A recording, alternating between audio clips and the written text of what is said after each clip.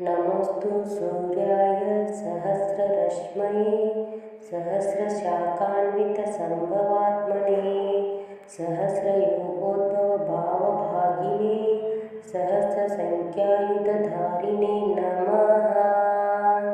यण्मण्डलं दीप्तिकरं विशालं रत्नप्रभं तीव्रमनधिरूपं दारिद्र्यदुःखक्षयकारणं च पुनातं मां तत्सवितुर्वरेण्यं। यन्मण्डलं देवगणैः सुपूजितं विप्रैस्तुतं पावनमुक्तिकोविदं तं देवदेवं प्रणमामि सूर्यं मनातु मां तत्सवितुर्वरेण्यं।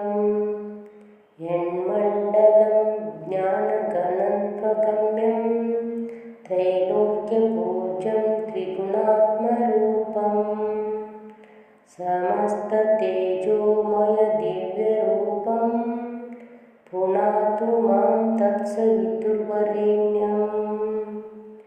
यन्मण्डलं गूढमतिप्रबोद्धं धर्मस्य वृद्धिं करुते जनानां यत्सर्वपापक्षयकारणं च पुनातु मां तत्सवितुर्वरेण्यं। यन्मण्डलं व्याधिविनाशदक्षं यदृग्यजुं सामसु सम्प्रगीतं प्रकाशितं मे च भूर्भुवस्वः पुनातु मां तत्सवितुर्वरेण्यं। यन्मण्डलं वेदविदो वदन्ति गायन्ति यच्चारणसिद्धसङ्गाः यदोगिनो योगजुषां च सङ्गाः पुनातु मां तत्सवितुर्वरेण्यं। यन्मण्डलसर्वजनैश्च पूजितं ज्योतिश्च कुर्हादिमृत्युलोके यत्कालकालाद्यमनादिरूपं पुनातु मां तत्सवितुर्वरेण्यं।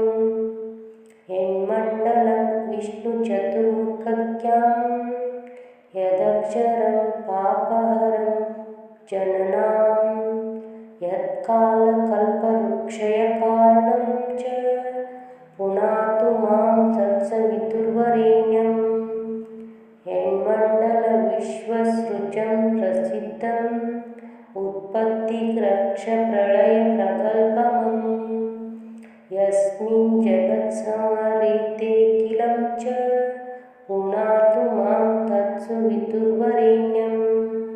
यन्मण्डलं सर्वगतस्य विष्णोः आत्मा परन्धाम विशुद्धतत्त्वं सूक्ष्मान्तरैरोद्गपतनागम्यं पुनातु मां तत्सवितुर्वरेण्यं। यन्मण्डलं वेदविदोपगीतं यदोगिनां योगपथानुगम्यं तत्सर्ववेद्यं प्रणमामि सूर्यं पुनातु मां तत्सवितुर्वरेण्यं। सूर्यमण्डलस्तोत्रं यः पठेत् सत्तमं नरः सर्वपापविशुद्धात्मा सूर्यलोके महीमते। इति श्रीभविष्योत्तरपुराणे श्रीकृष्णार्जुनसंवादे सूर्यमण्डलस्तोत्रम्।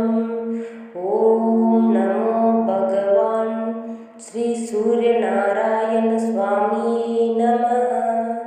सर्वे जनो सुखिनो भवन्तु। कृष्णं वन्दे